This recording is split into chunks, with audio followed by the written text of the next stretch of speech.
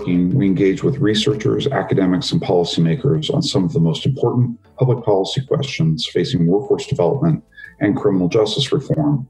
In this episode, however, we will be meeting with someone who has lived criminal justice policy to get his take on what should come next in criminal justice policy, prison culture, and the impact of COVID-19 on correctional institutions. Our guest today is Chris Wilson, author of The Master Plan, My Journey from a Life in Prison to a Life of Purpose. At the age of 17, Chris was sentenced to life in prison. Since the state of Maryland had just passed a life means life policy, Chris's chances of being paroled were next to zero. Despite the toxic nature of prison culture, his long sentence, and the multiple traumas he experienced as a child and teenager, including domestic violence, torture, and poverty, Chris never gave up. He used his time in prison to develop his own master plan, a list of goals to help him become the man he wanted to be. He found others in prison who had similar goals, who helped mentor him, and then he became a mentor to others. His master plan helped him earn a high school diploma, an associate's degree, and learn multiple languages, as well as a skilled trade, all while an inmate. Against all odds, his master plan worked, and Chris was paroled after 16 years behind bars. Chris's story of redemption and empowerment didn't end when he was released from incarceration. Despite all that was taken from him during those years behind bars, Chris is giving back to his community and to other returning citizens. He is the founder of the Barclay Investment Corporation, a social enterprise contracting firm that helps returning citizens and others with barriers to employment find and keep jobs. He's also the owner of the House of Da Vinci, a high-end furniture company, and Master Plan Productions, a video production company. Chris Wilson, thank you for joining us today on Hardly Working.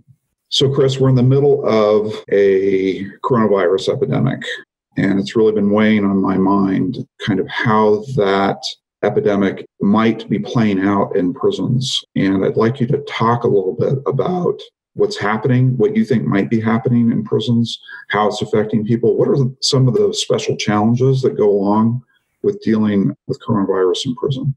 I guess I should start by saying I recovered from the virus. I got sick towards the end of January. That's probably one of the first people being impacted by it. And doctors didn't know what I had. And my health deteriorated over a period of a couple of days. And I went back to the hospital and they still didn't know what was wrong with me. And so I was really sick for a long time, about 15 days. Thankfully, I'm recovering. I still have some significant lung damage. What we see now all across the country, all around the world, prisons are really being impacted by this virus, especially because it's super difficult, if not impossible, for them to social distance themselves from each other and also have access to like masks, hand sanitizer, and stuff like that. And the other thing, probably the most challenging thing, is how do we get people to care, or our government leaders, how do we get them to care about this particular population during a time when everyone's dying and everyone's resources are stretched? And so like that's the biggest challenge I think we face. And I'm not sure I had an answer to that. It is a really significant challenge. I mean, apart from sort of, the fact that prison populations are invisible to us for the most part because they're isolated from society, there's also the question of how do we prioritize limited resources. I hope that governors and wardens and the federal government are paying attention. There was some additional money in the COVID relief package for state and federal prisons to help bring more resources into the prisons, but it's a small amount of money, I think, relative to the scale of the problem that we've got. Right. Yeah, I think it's really a matter of like getting inside people's heads about this and like getting them to imagine if it were your loved one behind bars, who was in a cramped space where illness was present and nothing to help mitigate the infection. So I do think we just need to try to keep this issue in front of policymakers so that I agree. It doesn't get forgotten. So you've got this great book, The Master Plan, and I'd like you to start with us on that. Tell us about the book, how you came up with the title, what it means to you, what you think the big themes are that you work on in the book. Of course. I decided to write this book when I was 19. I was 2 years in on a life sentence in a maximum security prison. And it started with me just staring out the window And I was in a rec room about this size with about 60 people in there. And there was a lot of stuff going on. There was people getting tattoos, people doing push-ups, people shooting dice, people arguing over the phone. It was all this madness.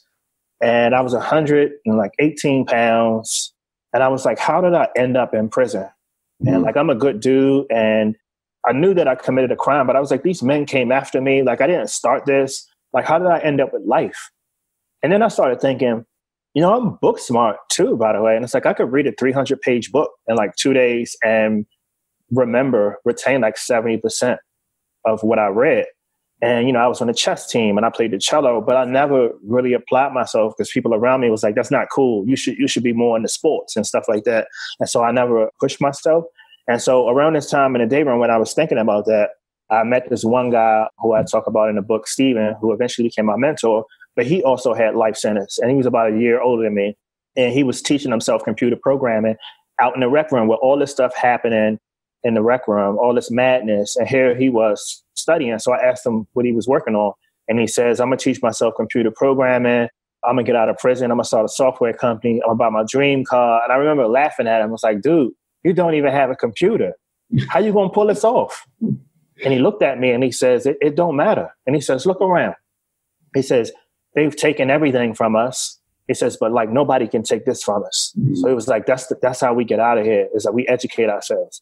And so I started thinking about that. I went back over into my corner and I was like, I got to come up with a plan. I need a master plan, right? And so I locked myself into my cell for about 3 days and I had some blank sheets of paper and I started writing down things that I wanted to accomplish. And some of it, right, even writing a book, like I tried to take some stuff out of it because I was embarrassed. I was young when I wrote it. But, my publisher was like, leave it in there, and so I wanted to educate myself. I knew like that would be the path to me getting out and being successful. I wanted to study business. I wanted to be able to travel the world. I hadn't been anywhere in my life. I wanted to buy my dream car, a black Corvette convertible with nice rims, I think I wrote. And some of the stuff was just like, I wanted a pair of cool shades that I always wanted and people that I wanted to meet. But to sum it up, it was about 2 pages. And I sent a copy to my grandmother because I felt like any master plan, you have to share it with someone and give them permission to hold you accountable. It's like having a workout partner. When you go to the gym, when you have that partner on days that you're slacking, they're going to say, ain't you supposed to be at the gym? Ain't you supposed to be working on something? And so I shared it with my grandmother and then I sent a copy to my judge. And then I taped a copy on my wall. And after that, I just started studying and just started going to school and opening up in therapy. And the idea of the book was something that I wrote on a master plan. It was like, I want to have a book published that inspires people. And it was tricky for me because I hadn't done anything positive up until that point. And so my logic was, I'm going to really open up in therapy and educate myself. And when I get out, I am going to be successful. I am going to, I didn't know what social entrepreneurship meant back then. I don't think the term existed, but I said that I want to start a business where I can make money, but I also help people or help my environment, my community. And so that was my goal.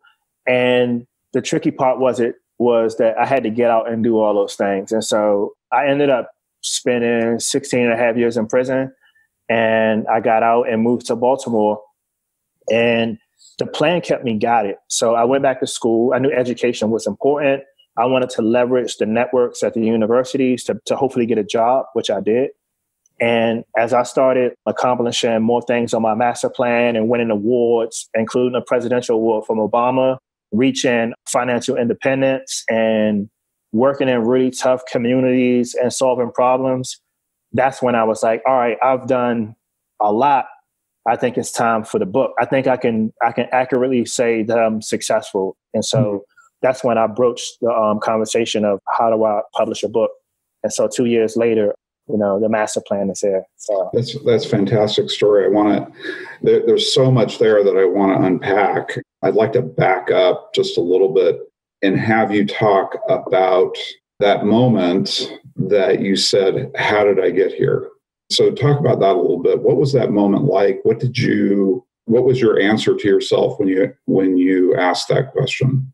So I didn't have an answer to it. It was a state of confusion and shock. It was very sobering. And, I was thinking about, even when I was thinking, it was a correctional officer that was working in TIR. that day. And it was even how they looked at us. And we was just a number. I was Wilson. I was 265-975. And I kept thinking about the way my mom raised me and the things that she instilled in me. And I was like, but I'm a good person. I just was confused. Like, how did I end up here? And, the reality was, on paper, I committed a charge and I was no longer deemed a good person. And I was struggling with that. And so in the book, I call it a positive delusion, where I just had to trick myself or delude myself into believing that, like, I'm a good person and I'm going to be free one day. And if that's the case, what do I need to do to be ready for that? Right. And so I just started believing in this crazy delusion, right, that, like, it would work. And even when even my friends was like, dude, you're not going home, man. Like, look around. And there was other people in that rec room who had been there for 30 years or 40 years. And what they told me was, get comfortable, youngin', because, like, you're not going home. And I was just like, I just don't believe you guys. And I'm naturally a stubborn person. And I used to be stubborn in, like, the wrong ways. And it was like, I just applied the stubbornness to something positive and said, well, I'm just not going to believe it. And it was actually the only way I could do my time, is to believe that I wouldn't be there forever. Because I can't imagine just getting comfortable and accepting that I would grow old and die in it. So it wasn't just the corrections system, the people in charge of the corrections systems that were telling you the negative lie about yourself. Right. But it was really the people around you as well, right? I mean, the other prisoners. Yeah. That's somewhat underappreciated factor, is kind of like the assumptions on which the institution operates. That was the mindset I just adopted in order for me to get through it. And it was things I knew I needed to do, but I just didn't know how to do it. And I could read really well, right? I had good reading, but it's like, I can't do math. And there's all this stuff that I need to, like, learn in order, like, to get my high school diploma. I just don't know how to do it. And my strategy was reach out to folks who know how to do it, even if I had to give them a few. We had cigarettes back then as currency. Uh-huh. Even if I had to give them a few packs of cigarettes, which I was doing, like, often, like, to learn stuff. And people were, like, confused. Like, let me get this straight. You giving me 2 cartons of cigarettes in order to get on the vocational list to learn carpentry? Why would you even want to do that? Like, you're not going home. Like, what are you going to do with the skills? And I just be like, but I am going home. And people would be like, yeah, okay.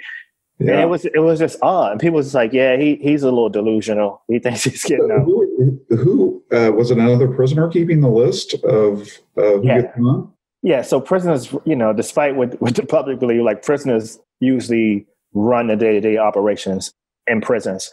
And so, like, the prison officials and correctional officers just, their job is to keep you safe and keep you from breaking out. But, like, the day-to-day operations, it's usually like someone who's been down 30 years. They control the list. They control everything. And surprisingly, right, the vocational shop was co-ed. So female prisoners and male prisoners went to carpentry shop or plumbing shops and went to school together and in high school. So you can imagine how that was, right? So like, women get pregnant every couple of months, and it was like, people who've been in relationships for years, and I was new to the prison. And so my strategy was, I went to the people who control the list, and I said, I want to learn how to work all this equipment because I want to get out and I'm going to be a contractor. I'm going to make a ton of money. And I get what's going on. I see what's going on around here. I'm going to mind my business, but I want you to show me how to use the machines. And in exchange, whenever, like, correctional officers or people come around, we had, like, these signals that we would give out when the correctional officers came through. And they would be in the back or doing whatever they do. And I would just be learning the equipment. And, like, if I saw something unusual, I would, like, signal. But in exchange, they taught me everything in the vocational shop. So I got in. It's a 2-year program. I completed the program in 13 months. And then I built a lot of stuff, ping pong tables and barn houses and roof rafters. And I learned a lot of stuff. And that was the goal. That's vocational education. You also talked about therapy, which I want you to talk more about. But I want to hear about the other kinds of education that you engaged in while you were indoors. So after I graduated from vocational shop, there were rumors of a college program coming to the prison. And I was a little intimidated. I was like, man, I like working with my hands. I don't know if I'm, like, ready for college or whatever. And so a lot of people got a chance to apply. I think 150 people like applied, and only 20 people got accepted. I was like number 20, so I barely made it in. And they suggested that I needed to take remedial math. And, you know, it was in college when I first got in there. And quite honestly, like once I got into college and I was taking like first year English and like the basic classes in college, I was lost. And I was like, I was confused. Like, what's a verb? What's like an adjective? And people were laughing at me. It was like, dude, you don't know this stuff? And I was like, nah, I don't know it. Like I was struggling with everything. Which college was it?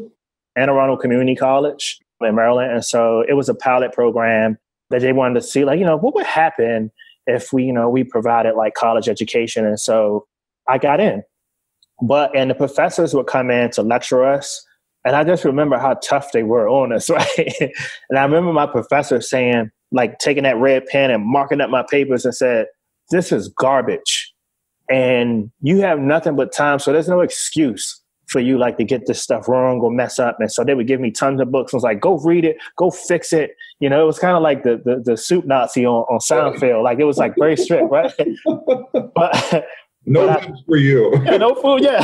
No soup for you, right? So it was very tough. But I found that I thrived under that kind of environment. And I started studying and drinking coffee. And I kind of fell in love with learning because, you know, I was taking like history. And I started learning about people who done like amazing things and like the French Revolution and like the Pope and like all this stuff around the world, and learning about the civil rights movement and people who looked like me who would like dress up nice and sit in for like equal rights, and people would pour food on their head and spit in their faces. When I started learning and studying, I became a straight A student, but I also started feeling ashamed of myself because I was reading about all these movements and all these things that happen in the world. And here I was, someone who didn't know his history and committed a terrible crime and was locked up, wasted potential. And I could have done something great. And so that bothered me for like about a year. And I was reading about Frederick Douglass in college. And I remember when it was when the slave master, I actually start my book with like a quote from Frederick Douglass when the slave master's mistress was teaching him how to read. And the slave master said, "Imagine, you don't teach them that. Imagine how dangerous they would be if they could read or if they were intelligent." And it was an aha moment for him. And while in college, that's what sparked it in me. And I said, you know what? Just like my friend Steven told me a few years ago, I was like, nobody can take this from me. And I said, I know I'm getting out. And so when I get out, I'm going to be ready. And so I just started crushing my college work. And then I would reach out to my professors and ask for more books. They would bring in books to read. And I was like, what's wrong with you? And it's like, just give me more. Yeah. And I started studying foreign languages. I started with Italian. My professors were super supportive. I was reading a newspaper, and the University of Maryland College Park published a paper, and they were doing research to figure out how do people learn a second language. And so I wrote to the college and I said, well, you know, I'm studying a second language, and I want to start a language program in the prison.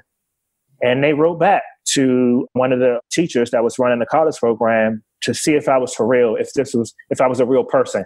Mm. And so they vouched for me, and they ended up funding the program, University of Maryland College Park and Anne Arundel Community College. And I started a foreign language class. And, you know, the best way to learn a language or to learn anything is to teach it, right? Mm-hmm. So I started teaching for years, and I went from Italian and went to study Spanish and then went to study Mandarin. And I just kept learning. And then I started studying how to learn, and I just fell in love with college. And that was the thing that really opened me up. But the therapy trajectory was a bit different. So, well, before we go to that, what was your favorite thing to study while you were in prison?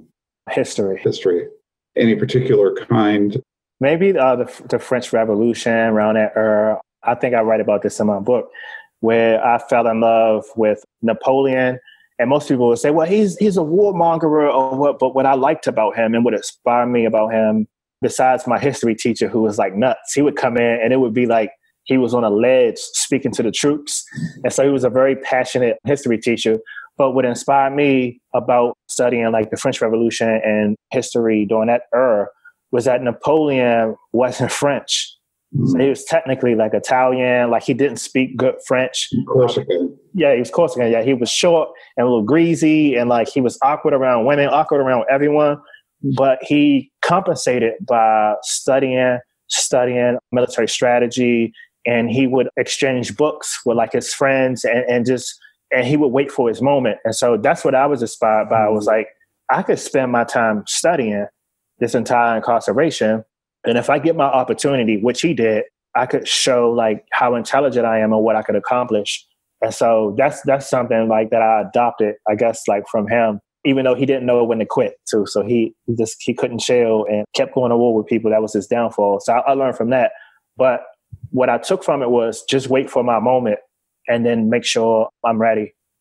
And so college like really opened me up. And even when I graduated, they still provided like classes. And if it was a class that I didn't take, psychology class or something, I would take it because it was free and I felt that it would be useful. And so, and I stayed in touch with all my professors. Even now, that was years ago, like I have a really, really tight relationship with all of my professors and still with all of the universities. And I'm fascinated by it. When we talk about education in prisons, everyone immediately thinks about the woodworking class or the vocational technical. But the really transformative stuff, it sounds like for you, was the study of history and language and these things. That had the effect of kind of opening up your imagination. In essence, exactly it allowed you to leave prison while you were still in prison, and that's exactly right. That's terrific. That's amazing. I was a history major too, so nice. Yeah, I know exactly what you mean. Let's shift now. So you have education on one side, which is the gaining of knowledge and skill, and it has a personal transformative impact, obviously. But you are also going through therapy, and I'm really interested in that because I think that's also underappreciated. I don't think it's done often, not done very well in prison. But I'd like to hear about your experience. So at the program that I was in, I was at Patuxent was the name of the institution, and it was a youth program, which was people who committed their crimes under the age of 21. But we were charged as adults and inside of a maximum security prison. And so part of the program policy was that you had to go to school and you had to go to therapy and you had to work a job. If you wasn't doing those three things, you couldn't be in the prison. And so I had to go to therapy whether I liked it or not. And it was like, group therapy with about 10 people, and then individual group therapy I had, and anger management, drug treatment, all that stuff. And for 2 years, I didn't say anything. Wow. And I was just uncomfortable. Sit in group therapy and not say anything. And like people, once a year, you're supposed to talk about your charge, why you're here. Couldn't do it. Mm-hmm. And my biggest thing, my fear is like, I had been through so much stuff that I wrote about in the book. I was ashamed, and I also felt that people in my group just wouldn't understand. And like, it was stuff that's so painful to talk about it. I would probably cry, and I was like, people would probably laugh at me, probably think something's wrong with me. But when I eventually opened up, and it was something that happened that made me open up. But when I eventually opened up, I started to realize that everyone in my group, we had all been through the same things. It was a pivotal moment in my rehabilitation. And it started with, we had to do a group called Victims Impact Group, where victims of crimes out in society would come into the prison. It's about maybe 3 to 5 months. And they would come in once a week, and you would have a group with them, and they would talk about what it's like to be a victim, step by step. Someone breaks into your car, and you work in 2 jobs, and you have insurance, and you got to pay like this deductible and like get your car fixed and get to work and everything. All those hassles and stuff that folks who are out here committing crimes like us don't think about. And so we got a chance to hear about that. But it was one particular person who I write about in the book, this woman. She talked about how her car got broken into, and folks in the group was like, man, you got insurance? You get a new car, you get a new radio or whatever. And she pulled out a picture of this woman. And she was like, what you think about her? And it was a pretty woman. I was like, she's pretty, like, what's up? And she passed around. Everybody's like, yeah, she's cute. She was like, yeah, that was my daughter. And she says 2 men thought she was cute too. And when she got out of school one day, they grabbed her, or they pulled her into the woods, and they raped her, and then they stabbed her, and then they cut her body up and set her on fire. And I remember how I felt when she was describing that. And I was like, oh my God, how can someone do that to another person?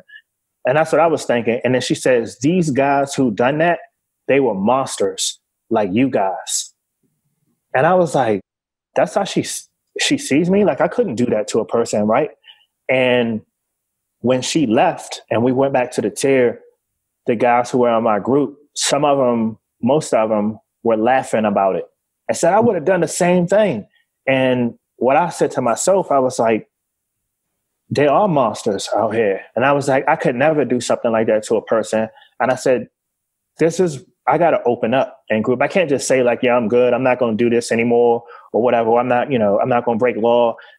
I got to really like open up to figure out how I got into prison and how I could stay out. And so that's when I just started talking like, listen, this is what I'm here for. This was my crime. And, I watched my mom, be sexually assaulted in front of me. And this is how I felt. I was bullied. All this stuff like happened to me. And I just was angry. And, I'm not a violent person. I just didn't want people to keep bothering me, and just started opening up, and it changed me. It was when I genuinely started feeling remorse. And that was 6 years into my incarceration. So how did that change? Did they have a change for the dynamic of the group as well as for you? Yeah. And it's one of those things like you open up and, there's these preconceived notions of like you soft if you open up. Or if I talk about, I knew there was a gun in the house and I knew where it was at when my mom was being attacked. And even though like I was punched and like, barely like conscious, I still had a thought that I could run, get that gun and use it to protect my mom, but I didn't want to hurt anyone. And so even explaining that in therapy, it's like, tears running down my face. And it kind of gave the courage to other people in the group to open up. Like one of my people in my group, he had killed someone who like did something to somebody, right? And he spit on him and they traced the DNA and they locked him up. He was 15. They gave him 50 years, I think. And once he got to the prison, people found out where his mom lived at. And they went to the house with a shotgun and they blew his mom's head off. And he went crazy. And he was in my group. And I watched him go crazy. I write about it. And he's never coming home now. He lost his mind in there. But like what I started to realize, what we all started to realize in the therapy setting, that where we were growing up at, society had obviously like failed us, our school systems, all that stuff, and that we had experienced tremendous trauma. And so once we understood this, we had to figure out ways how to cope with this trauma through therapy. And even like I still go to therapy. I do therapy once a week. Now that I'm Zooming and staying in touch, is just how you get through it. Yeah, that's tremendous. That's a really powerful story. And I have a psychiatrist friend who does group therapy with people, not people in prison, but he always talks about how much further people can go in a group therapy setting than they can kind of on their own, and how much faster it goes when you're in a group doing that kind of therapy. That's really an amazing story of kind of being the person to kind of break the logjam for the entire group, right? Just by opening up. That's amazing, Chris. Wish we could bottle that and get it into the prisons, because I get the sense from talking to people, like it's, for many people who are doing therapy in prison, it's like, it's a box to check. I have to do this, but it's not approached in a serious way, either by prison or by the prisoners. And so it doesn't have nearly the effect that it could. It'd be a powerful tool if used correctly, especially like it takes both sides for like, the therapist to be genuine and folks to be able to open up. And so I got a chance to do it. It's something that's a critical component to my life now. So I've been in therapy a long time, particularly in the African-American community. We tend not to talk about therapy, or we see it as like, maybe we're broken or whatever, but like I see it as a sign of strength. Like I've been through stuff, I've been kidnapped, I've been tortured, I've seen people killed in front of me, have trouble sleeping. And a lot of people have been through stuff like this or witnessed it. You got to get help. You got to get treatment, and it doesn't make you weak. Is there a race angle to this as well? Like therapy is for white people? Well, the thing is, it's like, I was literally just talking about this morning. Like it's tough as hell just being a black man in America, where, we want to take care of our families. We want to solve problems. So we have to be tough. A strong component of therapy is that you have to be vulnerable. You got to open up. You gotta like lay everything out. and you gotta dissect it and figure out what led to what and how do you move forward. And that's a painful, scary position to put yourself in. And that's why I think it's important for us to talk about it and let people know, like, I'm not broken. Like I've become successful, but I think like exploring this vulnerability is a sign of strength. It doesn't make me weak. Yeah. Yeah, I agree completely. And when you say you're not broken, I think it's better to think about that we're all broken. We're just broken in different ways. And that's something that actually you can unite around. We all face these struggles. So what are prisons actually for, do you think? Why do they exist? I think they're supposed to exist. They call them correctional facilities to correct, any like social deviances or whatever that people engage in or whatever, or the way society has failed particular like populations. It's also honestly like designed to punish, but being away from society is the punishment. Everything else should be about rehabilitation, but that's not what prison is. And so what it is now, and it's about punishment. And it's politically sensitive, especially for our legislators and people in charge, to like really address what prison is supposed to be about, rehabilitation, because I advocate often on Capitol Hill and in Annapolis in my state, the state of Maryland. And it could be a legislative bill that's about therapy and education that will really like help people like change and get out of prison and stay out of prison, which will save the state money, and they can take the savings and put that money into our school systems. But it's too sensitive when, someone will say, well, what about that single mother that was stabbed 47 times by this 15-year-old that done this or whatever, and we got to protect our community from people like this. And I usually push back and say, let's think about all of those times that society has failed that young person before they committed that crime. The things that they saw at their school, not having counselors in their school, and people being killed and like robbed and violence in their communities, and no therapists or someone, a counselor, to sit down and talk to them to help them come up with strategies to cope with the trauma that they experience, or them being bullied, all these things, right, that happen every day. And we just react when that person breaks. And so this is information like that we all know, but we fail these folks. It's a matter of conveying that message to people. But like at the end of the day, honestly, I've been advocating for about 8 years since I've been home from prison. Folks in power still don't care. Most of them. They still don't. And so maybe the strategy is to speak to the economics of how much money our states spend to keep people incarcerated. And is that really the best use of taxpayers' money? The economics of it don't make any sense at all. But what I've found is that Americans broadly have this conception that, yeah, it's expensive, but it's not as expensive as having dangerous people on the street. I'm just playing devil's advocate. Right. Yeah. But it's like, when you think about the violence avoided and the loss of life and property and everything, that's a pretty good deal. We're getting something for our money. Right. So I hear that all the time. And so my pushback is this. All right, I'm a taxpaying citizen, law-abiding citizen now. I live in a nice neighborhood. And our neighborhood in Baltimore, sometimes we have to deal with people breaking into our cars. Everyone in my neighborhood drives nice cars or whatever. So folks like to come through, check doorknobs or whatever, and they'll break in your car or whatever, right? And so I use a scenario to say, all right, someone breaks into your car, takes your radio, you come out, you're going to work or you're going to the gym or whatever, your window is broke, you upset. I would be pissed. And I would want someone to pay for that, right? So a person gets locked up for breaking into your car, and they should, right? And so while they're in prison, and who knows the backstory of this person or what they went through or whatever, but like, let's not focus on that right now. They're in prison right now. If they don't have anything to do, what they're going to do is figure out how to be a better criminal, right? Mm-hmm. And that's what happens. I grew up in prison. It's like, all right, dude, you shouldn't have broken into the car. You got to get into the house. That's what the real stuff is. And so they trade notes. How do you beat your case? All that stuff. But if there's opportunities for therapy, educational opportunities, that same energy that someone has spent breaking into cars, they can channel that into, let's say, the mechanics shop. Instead of breaking in cars, you can fix cars. You can go into therapy and you can figure out what led you to prison and figure out different things. And so I'm a prime example. Once I started like educating myself and learning like these skill sets that like no one could take away from me, I started thinking about the stupid shit that I did when I was young. Was like, why was I even doing this? And it wasn't just me, it was everyone.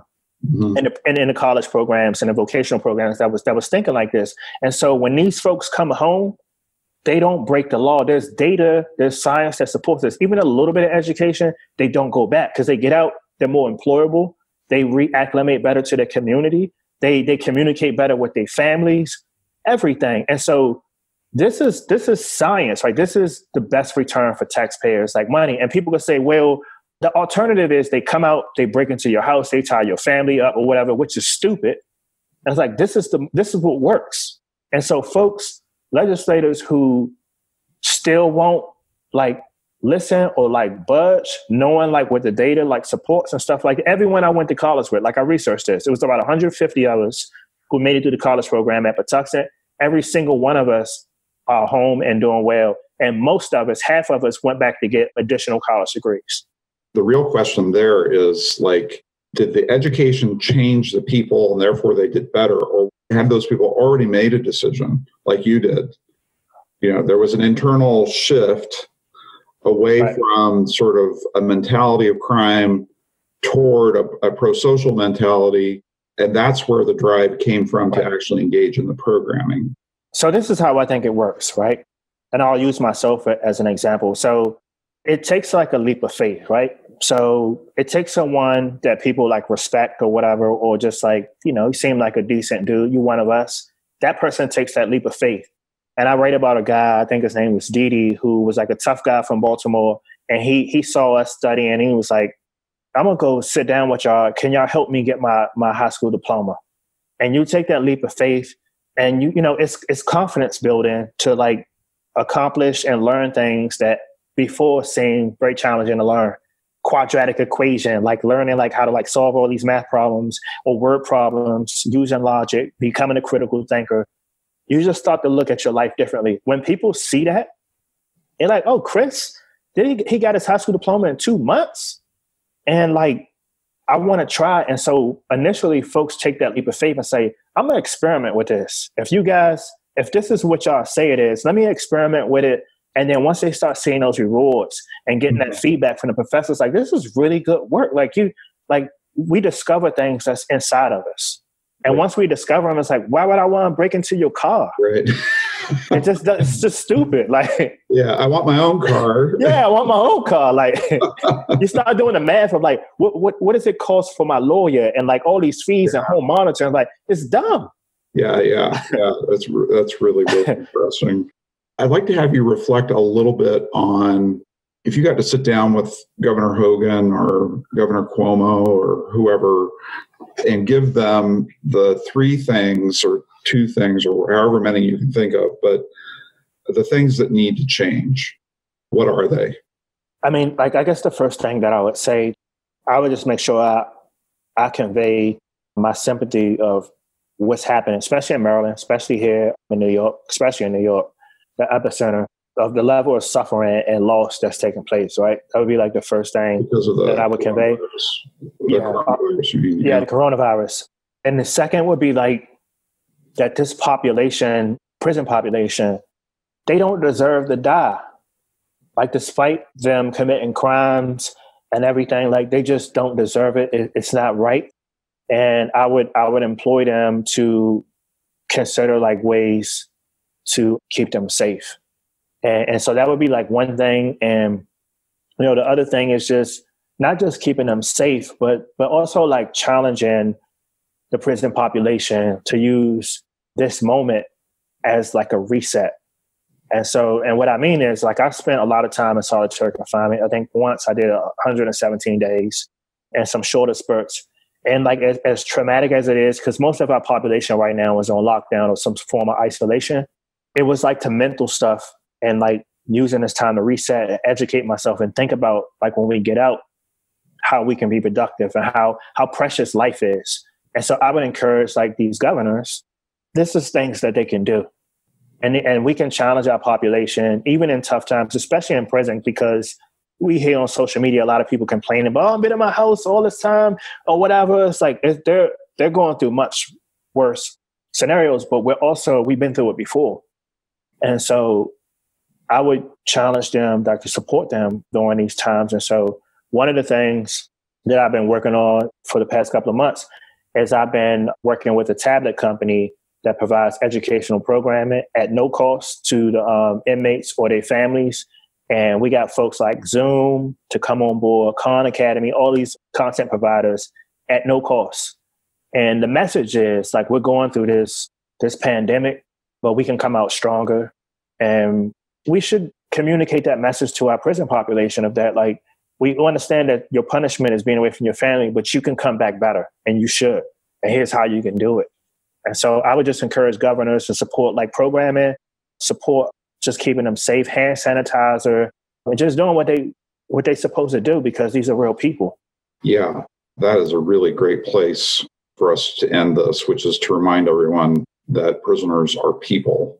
Absolutely. They have an inherent dignity that even their crimes they've committed can't take away from them, that we need to honor that and to help those who, especially those who are on the precipice of change, right? The folks who are on the same kind of journey that you were on, helping them, supporting that change, not because it's good for them, although it is good for them, but because it's good for us. It's good for all of us. It's good for the entire country. Exactly. Okay, well, Chris Wilson, thank you so much for joining us on Hardly Working. I encourage everyone to pick up the book, The Master Plan, My Journey from Life in Prison to a Life of Purpose. And you can get that on Amazon and in bookstores when they reopen. Again, a really inspiring story, and I really appreciate your time. Thank you so much for having me. Yeah, great having you. Thank you for joining us on this episode of Hardly Working. I'm your host, Brent, and I hope you tune in next time to learn more about the state of workforce development in America. Be sure to like and subscribe to our podcast. Let us know at vocation@aei.org if there are any topics you'd like us to cover. As always, we hope you find the job that fits so well it feels like you're hardly working.